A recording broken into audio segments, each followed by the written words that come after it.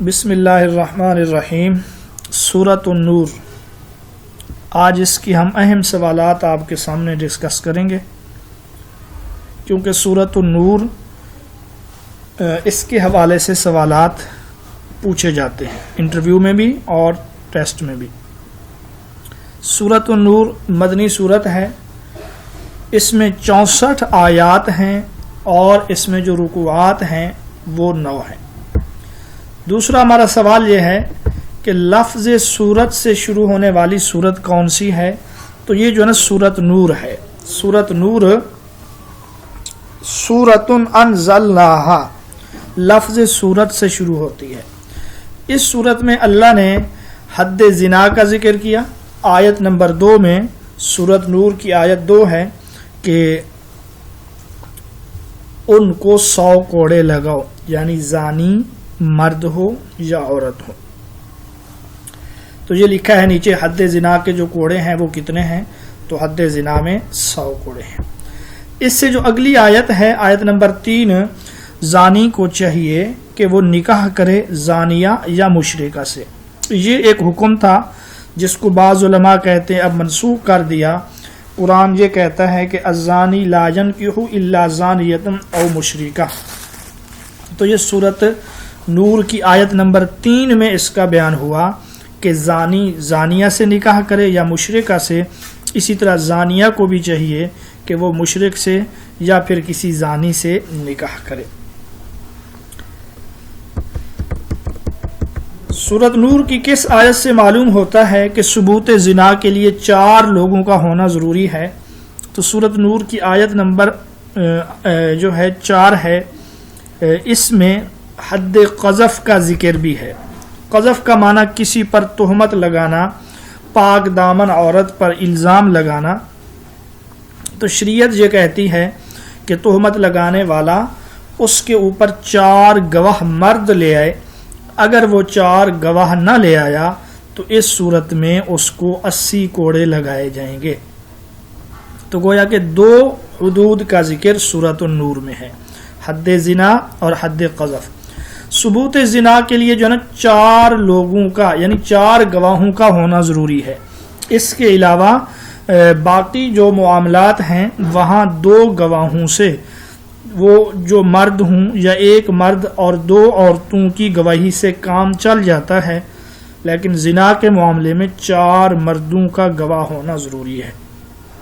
ایک سوال یہ بھی پوچھا جاتا ہے ثبوت زنا کے طریقے کتنے ہیں؟ تو ثبوت زنا کے جو ہیں 2 طریقے ہیں، ایک 4 لوگ گواہی دیں، دوسرا یہ ہے کہ وہ خود اقرار کریں۔ تو یہ 2 طریقوں سے زنا کا ثبوت ہوتا ہے۔ حد قذف 80 کوڑے ہے۔ اگلا ہمارا سوال ہے کیا تہمت لگانے والے کی گواہی توبہ کے بعد قبول کی جا سکتی ہے؟ تو اس کا جواب ہے نہیں۔ اللہ نے حد قذف کا تذکرہ کرتے ہوئے فرمایا کہ ان کو 80 کوڑے لگاؤ، وَلَا تَقْبَلُوا لَهُمْ شَهَادَةً أَبَدًا، اور پھر ان کی گواہی قبول نہ کرو کبھی بھی۔ تو امام ابو حنیفہ فرماتے ہیں اگر وہ توبہ کر بھی لیں پھر بھی ان کی گواہی قابل قبول نہیں ہوگی۔ سورۃ نور میں ایک لفظ استعمال ہوا محصنات۔ محصنات سے کیا مراد ہے؟ تو محصنات سے مراد پاک دامن عورت ہے۔ سورۃ نور کی آیت نمبر 6 سے لے کر 10 میں کس اسلامی قانون کا ذکر ہے؟ تو یہاں لعان کا ذکر ہے۔ لعان کیا چیز ہے؟ لعان میں قسمیں کھائی جاتی ہیں، پہلے مرد قسمیں کھائے گا اور پھر اس کے بعد عورت جو ہے وہ 5 قسمیں کھائے گی۔ لعان کا مطلب یہ ہے کہ اگر کوئی شخص اپنی بیوی پر الزام لگائے زنا کا، بدکاری کا، تو اس صورت میں اس کو 4 گواہ لانے کی ضرورت نہیں ہوگی، بلکہ وہ قاضی کے پاس جائے گا، عدالت میں جائے گا، پھر وہاں دونوں میاں بیوی قسمیں اٹھائیں گے، ایک دوسرے کو جھٹلائیں گے۔ اس کو فقہی اصطلاح میں، شرعی اصطلاح میں لعان کہا جاتا ہے۔ تو لعان میں چونکہ الزام لگانے والا، پہل کرنے والا مرد ہوتا ہے، اس لیے پہلے قسمیں بھی وہی اٹھائے گا۔ اور لعان میں ایسے ہے کہ شوہر 4 مرتبہ یہ کہے گا کہ میں سچا ہوں، میں اس بات میں سچا ہوں، اللہ کی قسم اٹھا کے، اور 5ویں مرتبہ وہ کہے گا اگر میں جھوٹا ہوں تو مجھ پر اللہ کی لعنت ہو۔ یہ بات ذہن نشیں کریں، شوہر ابتدائی 4 قسموں میں اپنے آپ کو سچا کہے گا، اور 5ویں مرتبہ وہ یہ کہے گا اگر میں جھوٹا ہوں تو مجھ پر اللہ کی لعنت۔ اس کے بعد عورت کی باری آتی ہے، وہ 4 قسمیں اٹھا کے یہ کہے گی کہ اللہ کی قسم وہ جھوٹا ہے، اور 5ویں مرتبہ وہ عورت یہ کہے گی کہ اگر وہ سچا ہے تو مجھ پر اللہ کا غضب ہو۔ شوہر نے کہا مجھ پر اللہ کی لعنت، اور اس عورت نے کہنا ہے مجھ پر اللہ کا غضب۔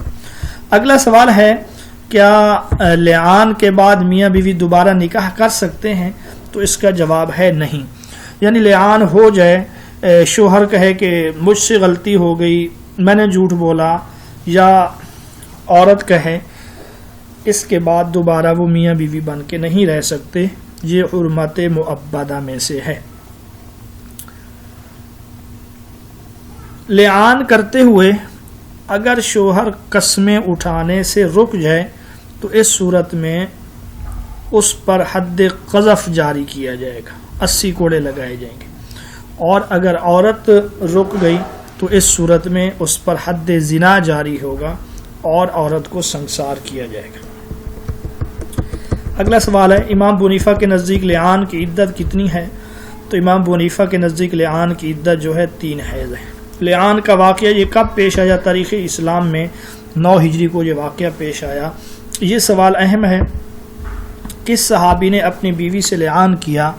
تو جواب ہے حضرت عویمر عجلانی اور حلال بن امیہ، ان دونوں نے اپنی بیویوں کو ملوث پایا۔ اب ان دونوں میں سے کس نے پہلے لعان کیا، یا پہلے کس کے ساتھ یہ معاملہ پیش آیا؟ تو اس کا جواب ہے حلال بن امیہ رضی اللہ تعالیٰ عنہ۔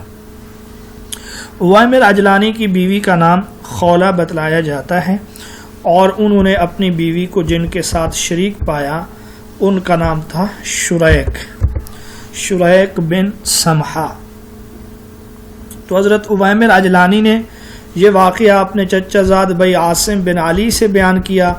عاصم بن علی نے رسول اللہ سے اس کا تذکرہ کیا، پھر اس کے بعد یہ آیت نازل ہوئی۔ اگلا سوال یہ ہے کہ لعان کے بعد پیدا ہونے والا بچہ یہ کس کی طرف منسوب ہوگا؟ لعان کے بعد جو بچہ پیدا ہوگا اس کی نسبت عورت کی طرف ہوگی، وہ اپنے اس مرد کا وارث بھی نہیں ہوگا، اس کا بیٹا بھی نہیں کہلائے گا۔ واقعہ افک کا ذکر کس صورت میں ہے؟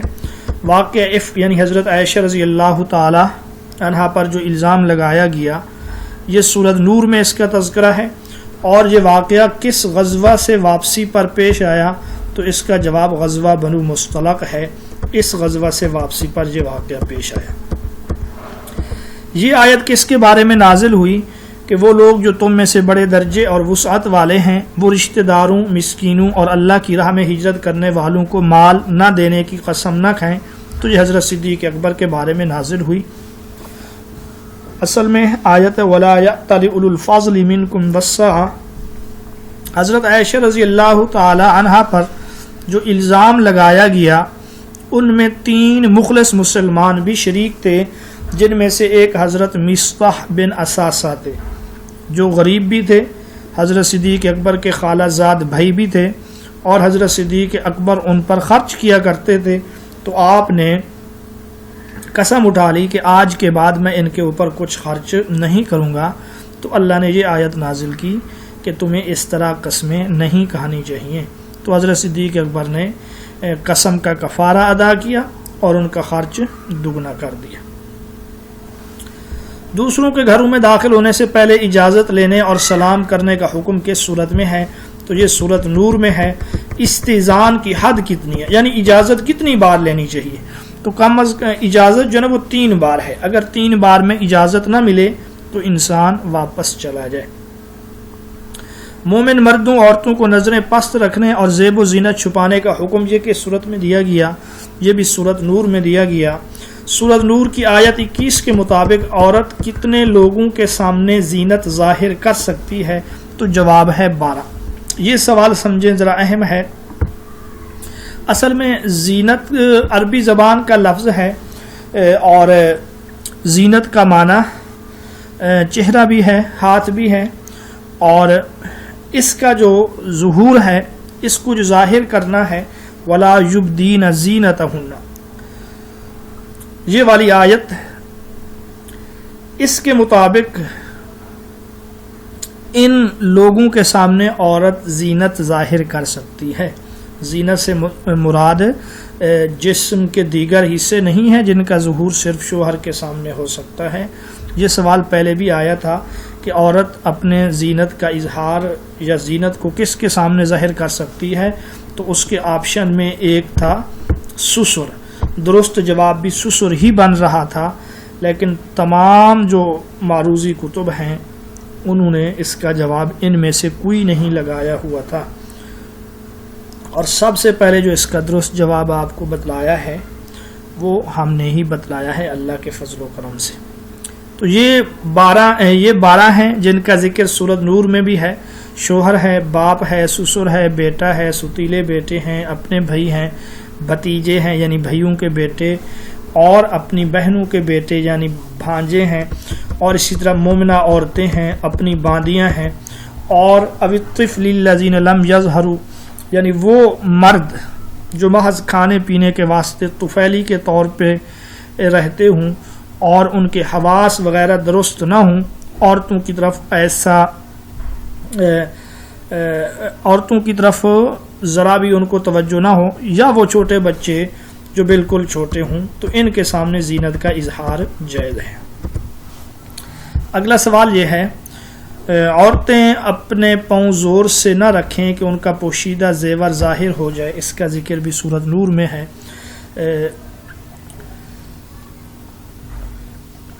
سورۃ نور کی اگلی آیت میں اسی کا بیان ہوا ہے۔ عورتیں اپنی زینت کو ظاہر نہ کریں مگر جو اس میں سے ظاہر ہو جائے، اس سے کیا مراد ہے؟ الا ما ظہر منہا سے عبداللہ بن مسعود فرماتے ہیں اس سے مراد اوپر کی چادر ہے، یعنی چادر کو چھپانا تو ممکن نہیں ہے، چادر کے اوپر چادر ڈالو تو وہ ظاہر، اس کے اوپر ڈالو تو وہ ظاہر، جبکہ عبداللہ بن عباس رضی اللہ تعالیٰ عنہ فرماتے ہیں اس سے چہرہ اور ہتھیلیاں مراد ہیں۔ امام شافعی رحمۃ اللہ علیہ بھی یہی کہتے ہیں کہ چہرہ اور ہتھیلیاں یہ جو ہے نا پردے میں شامل نہیں ہیں۔ غلام کو مکاتب بنانے کی تجویز یہ کس صورت میں دی گئی، یا غلام کو مکاتب بنانے کی فضیلت یہ بھی سورۃ نور میں ہے۔ مکاتب غلام کی ایک قسم ہے، کوئی شخص اپنے غلام سے یہ کہے کہ تم اتنے پیسے دو تو تم آزاد ہو، اس کو مکاتبت کہا جاتا ہے۔ تو اسلام نے غلامی کو ناپسند کیا، ہر موقع پہ غلام آزاد کرنے کا حکم بھی دیا اور اس کی ترغیب بھی دی، جیسے کفاروں میں آپ جانتے ہیں کہ فلاں کفارے میں غلام آزاد کرو، اسی طرح مکاتب بنانے کی فضیلت سورۃ نور میں بیان ہوئی۔ اگلا سوال ہے، اپنی باندیوں کو زنا پر مجبور نہ کرو، یہ حکم کے صورت میں ہے، تو یہ بھی سورۃ النور میں ہے۔ کون اپنی باندیوں سے زنا کروا کے پیسے کماتا تھا؟ تو یہ رئیس المنافقین عبداللہ بن ابی تھا، اس کی باندیاں تھیں، یہ ان سے یہ غلط کام کرواتا تھا، تو یہ آیتیں نازل ہوئیں کہ ان کے اوپر اکراہ نہ کرو، ان کے اوپر جبر نہ کرو، جبکہ وہ خود اگر پاک دامن رہنا چاہتی ہوں۔ اللہ پاک نے اپنے نور کی مثال سورۃ نور کی کس آیت میں دی ہے؟ تو آیت نمبر 35 میں اللہ نے فرمایا اللہ نور السماوات والارض مثل نورہ کمشکات۔ سورۃ نور کے مطابق کفار کے اعمال کس کی مانند ہوں گے؟ چٹیل میدان میں چمکتے ہوئے ریت کی مانند جسے پیاسا آدمی پانی سمجھ رہا ہو، سراب جس کو کہتے ہیں۔ سورۃ نور میں صحابہ کی کون سی صفت بیان ہوئی؟ تو اللہ نے صحابہ کی صفت بیان کرتے ہوئے فرمایا رجال اللہ تلہیہم تجارت ولا بیع عن ذکر اللہ، کہ وہاں ایسے لوگ ہیں جنہیں تجارت اور خرید و فروخت اللہ کی یاد سے، نماز قائم رکھنے اور زکوٰۃ دینے سے غافل نہیں کر سکتی۔ آیت استخلاف، یہ آیت استخلاف آپ سے پوچھا جا سکتا ہے کہ یہ آیت کس صورت میں ہے، تو آیت استخلاف جو ہے یہ سورۃ نور کی آیت نمبر 55 ہے۔ اس آیت میں اللہ نے مسلمانوں کو خلیفہ بنائے جانے کا وعدہ کیا کہ اللہ تمہیں خلیفہ بنائے گا، لَيَسْتَخْلِفَنَّهُمْ فِي الْأَرْضِ، تو اس وجہ سے اس کو آیت استخلاف کہا جاتا ہے۔ یہ سورۃ نور کی آیت ہے۔ سورۃ نور کی آیت 58 میں استئذان یعنی اجازت طلب کرنے کے کتنے اوقات مقرر کیے گئے، تو 3 اوقات مقرر کیے گئے ہیں۔ نماز فجر سے پہلے وہ اجازت لیں، اور دوپہر میں، اور نماز عشاء کے بعد، یعنی ان اوقات میں جو ہے وہ اجازت لیں۔ یہ آیت استئذان جو ہے 3 اوقات میں اجازت طلب کرنے والی، حضرت عمر رضی اللہ تعالی عنہ کا یہ مشورہ تھا، آپ کی یہ رائے تھی، تو اللہ نے اس رائے کو قرآن کا حصہ بنا کر بھیج دیا، اور اس کے 3 اوقات بھی مقرر کر دیے کہ جو تمہارے غلام ہیں اور اسی طرح جو تمہارے بچے ہیں وہ 3 اوقات میں اگر تمہارے پاس آنا چاہیں تو اجازت طلب کریں، من قبل صلاۃ الفجر، نماز فجر سے پہلے، وحین تضعون ثیابکم من الظہیرہ، ومن بعد صلاۃ العشاء، اور عشاء کی نماز کے پیچھے۔ تو یہ قرآن کی وہ واحد آیت ہے جس میں 2 نمازوں کا ذکر ہے صلاۃ کے ساتھ، یعنی صلاۃ الفجر اور صلاۃ العشاء ہے۔ اس سے یہ بھی ثابت ہوتا ہے کہ ابتدا میں جو 2 نمازیں فرض تھیں وہ نماز عشاء اور نماز فجر تھی۔ صلاۃ اور فجر، صلاۃ اور عشاء یہ ایک ساتھ یہاں پر ہے۔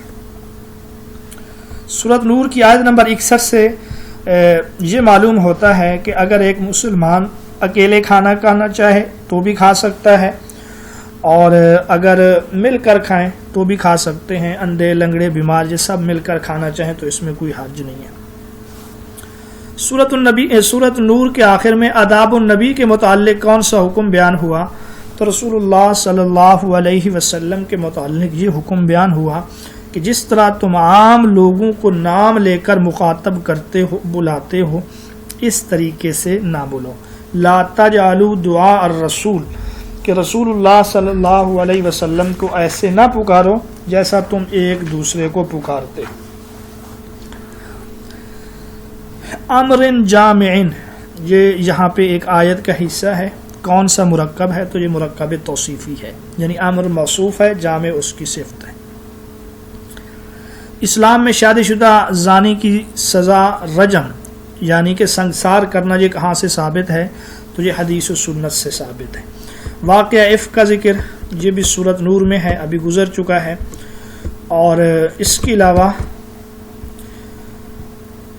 آیت ملعنات کا ذکر یہ کس صورت میں ہے، تو آیت ملعنت یعنی لعنت کرنا، آیت لعان یہ سورۃ نور میں ہے۔ اگلا اور آخری سوال یہ ہے، حلال بن امیہ تاریخ اسلام کے پہلے شخص ہیں جن کے متعلق واقعہ لعان پیش آیا۔ تو یہ سورۃ نور کے اہم مضامین یا اہم سوالات تھے، اور سورۃ نور سے ہمیں اس بات کا بھی پتہ چلتا ہے کہ اللہ نے ہر چیز کو پانی سے بنایا، واللہ خلق کل دابۃ من ماء، کہ اللہ نے ہر چیز کو پانی سے بنایا ہے۔ اور اس صورت سے